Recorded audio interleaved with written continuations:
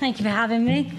Well, if Nick is a tortoise, then I must be a snail or something less significant and much, much slower. But I think that we need a new definition of what we're here for. And I want to define success for you as I live my life. And it's a Winston Churchill quote. And I find it stood me very, very well for the past, well, since I've been born really, but since I heard it.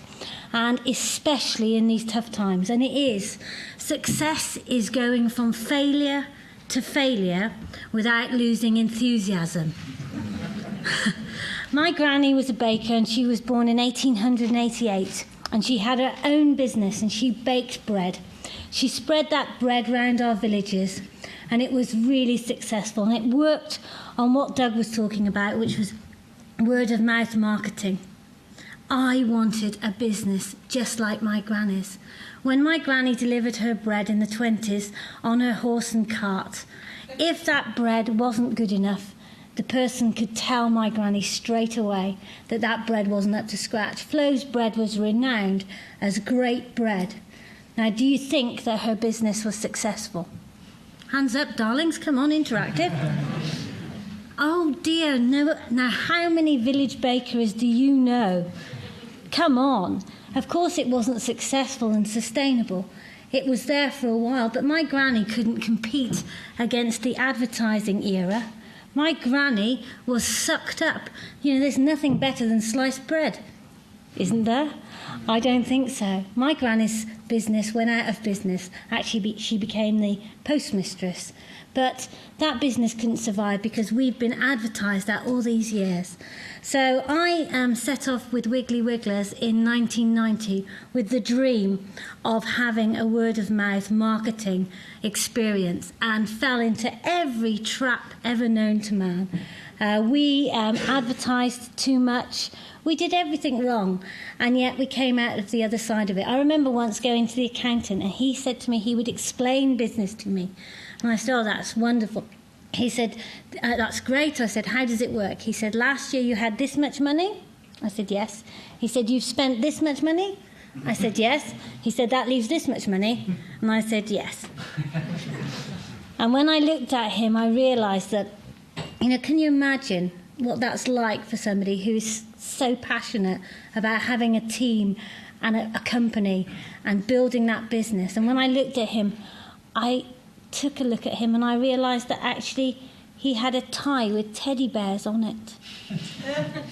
And I thought, do you know, I'm not going to give up my business taking this response from somebody who's got teddy bears on his tie. So we sacked him.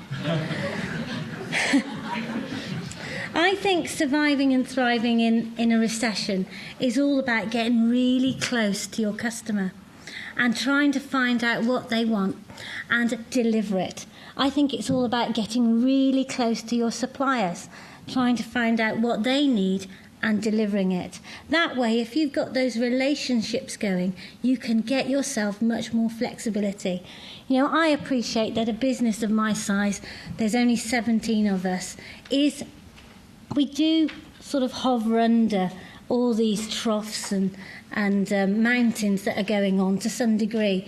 But I tell you what, Doug, last October and November, as far as I know, nobody bought anything much. And, you know, what we did was sit our team down and say, listen, we need you to have time off now, but we need you to work like hell in the spring. So part of my message is, as far as I can see, we just have to work harder. We have been of the mentality, which is probably not the best, to drive sales and not worry too much about costs. You know, I've always looked at, you know, money makes the world go round, and if somebody else is gaining, that's a great thing. In this period, we've taken the opportunity to look at things more closely, and I think it's a real opportunity for us all. You know, I went to the bank and looked at the costs that we were charging for our credit cards, taking those sales, and actually renegotiated and saved us around £5,000 a year, which for us is an extraordinary amount.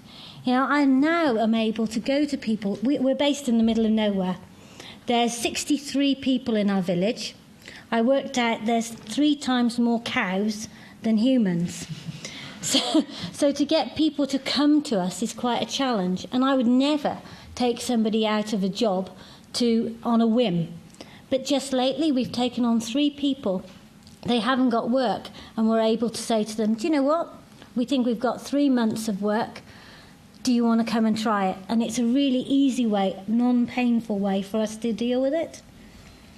We take our largest figures and then try and work on those. You know, I see so many people who are obsessed with the margin or the cost of this and that, and percentage-wise, it's not going to make any difference to their business.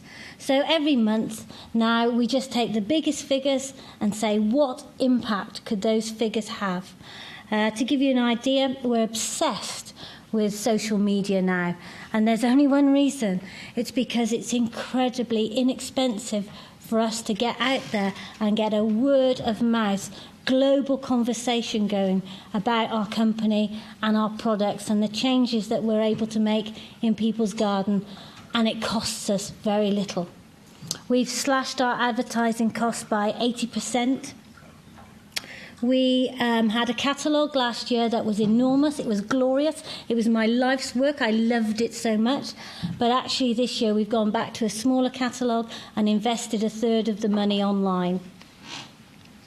I think the thing is, if you're running a small business like I am, you constantly have to be reactive and proactive. And for me, the power is being able to face the music. I am the sort of person that likes to sort the argument out here and now. You know, what is it? Let's sort it out.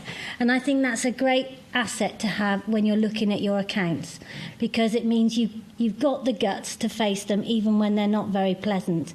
And it just helps you to be able to just face it, get it up in the air. What's the problem? It doesn't solve it, but at least you know where you are.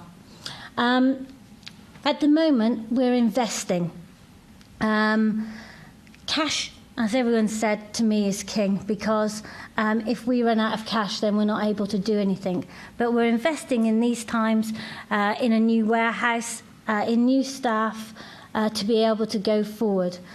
But I suppose that I'm probably the most reserved business person here in terms that I'm fairly risk averse.